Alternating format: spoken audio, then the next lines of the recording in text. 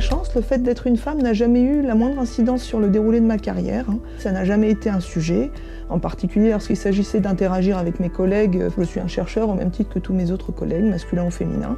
C'est probablement que les efforts de certaines comme Irène Joliot-Curie portent leurs fruits et j'en profite aujourd'hui.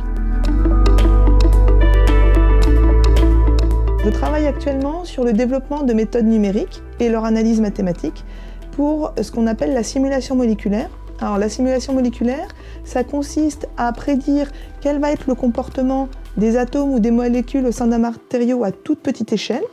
Et à partir de ces simulations à toute petite échelle, essayer de prédire quelles vont être les propriétés macroscopiques du matériau. Et donc cela fait appel à des outils mathématiques très particuliers.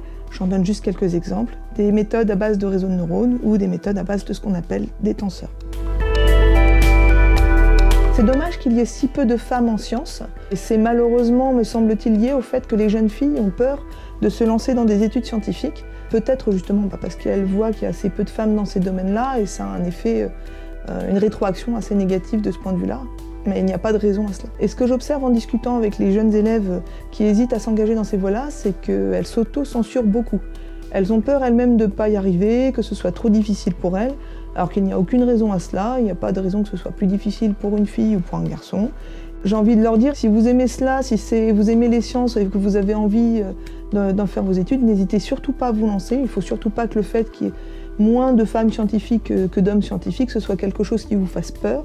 Il n'y a aucune raison d'avoir peur et vous avez toute votre place. Donc n'hésitez pas à vous lancer si vous sentez que vous aimez ça.